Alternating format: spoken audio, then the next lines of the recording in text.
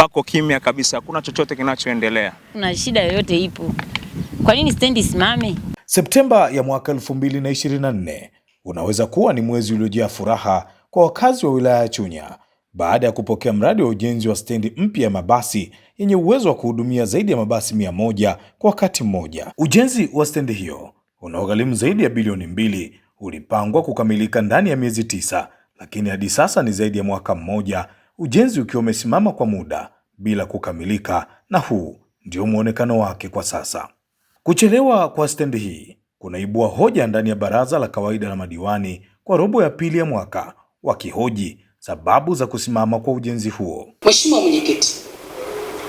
Mwenyekiti, mradi ule tuliupokea tukaambiwa kwamba utakamilika baada ya miezi 9. Sasa sisi kama madiwani, Mheshimiwa Mwenyekiti, hali iliyoko pale kila mtu akipita anaiona. Tulikuwa tunaomba Mheshimiwa Mwenyekiti tujue amekwama wapi, na sidhani kama halmashauri imekwama fedha, kwa sababu tulipata taarifa tuna fedha za kutosha ambazo tumezipata kutoka kwenye serikali yetu tukufu ya Daktari Samia Suluhu Hassan. Sasa Mheshimiwa Mwenyekiti, naona muda unakwenda, tunataka tujue mkandarasi amekwama wapi kwenye utekelezaji wa mradi ule mkubwa ambao tuliupokea kwa bashasha.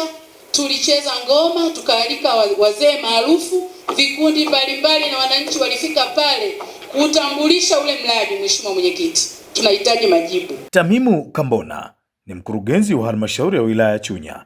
Anasema ongezeko la gharama za ujenzi kwa zaidi ya bilioni 1 kutokana na kazi zilizo nje ya mkataba ni sehemu ya sababu zilizochangia ujenzi wa stendi hiyo kusimama kwa muda. Sisi kama wataalamu, na ni wiki iliyopita tu kwa kushirikiana na ofisi ya mkuu wa mkoa, timu ilikuja kufanya uchambuzi wa ule mradi na kujua changamoto zilizopo, kwa sababu kubwa mradi ule umekuwa unakwamishwa na mhandisi mshauri pamoja na mkandarasi. Lakini yaliyokuwepo mule ndani, Mheshimiwa Mwenyekiti, ni mambo ambayo hata nyinyi wenyewe waheshimiwa tungewaambia msingeweza kuyakubali.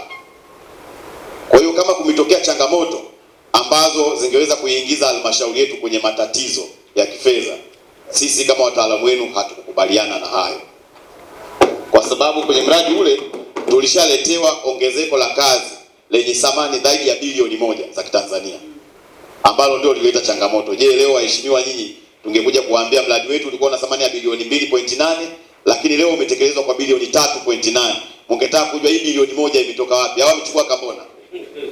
Kwa hiyo ni watoe wasiwasi waheshimiwa madiwani, taarifa itakapotoka tutaipata, kwa sababu hata kwenye kamati ya fedha itakwenda, tutajadiliana tuone tunatokaje hapo. Na lile la kuvunja mikataba nayo hatuwezi tukavunja tu kienyeji hivi, kwa sababu kuna vitu vya msingi tunavyovifuata kuelekea kuvunja mikataba. Kwa hiyo lazima vile vikamilike, na yule mkandarasi baada ya kuongeza muda, ilikuwa mkataba wake unaisha tarehe 22 ya mwezi wa pili. Kwa hiyo ni mwezi huu, na hata sasa hivi hayupo pale site. Kwa hiyo sisi tunaendelea kuisubiria ile tarehe 22 ya mwezi huu. Kwa hiyo ni watoe hofu waheshimiwa madiwani.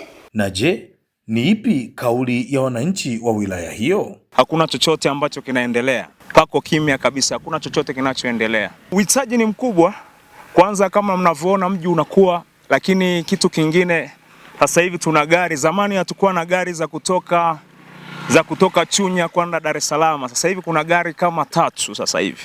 Kwa hiyo unavyoangalia ile stendi ya pale ni ndogo kwa magari kuingia pale. Kwa hiyo tukipata stendi kama ikisha itakuwa inatufaa sana.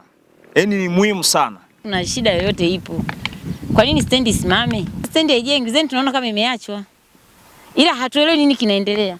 Tunaona tu raia wanapita njia, maneno mbalimbali, stendi imetelekezwa, ila sisi kama sisi hatuelewi shida ni nini. Kule Ikizi, hii hapa ni vizuri kama ingefunguliwa, kama serikali wanasikia, ni vizuri ingefunguliwa, kwa sababu kwanza ni sehemu kubwa ambayo hata magari yanakaa kwa mpangilio ulio sahihi, na zeni hata mkupita wananchi mnakuepo sahihi. Kwa hiyo kiasi fulani yani ingetusaidia, kwa sababu ni eneo kubwa.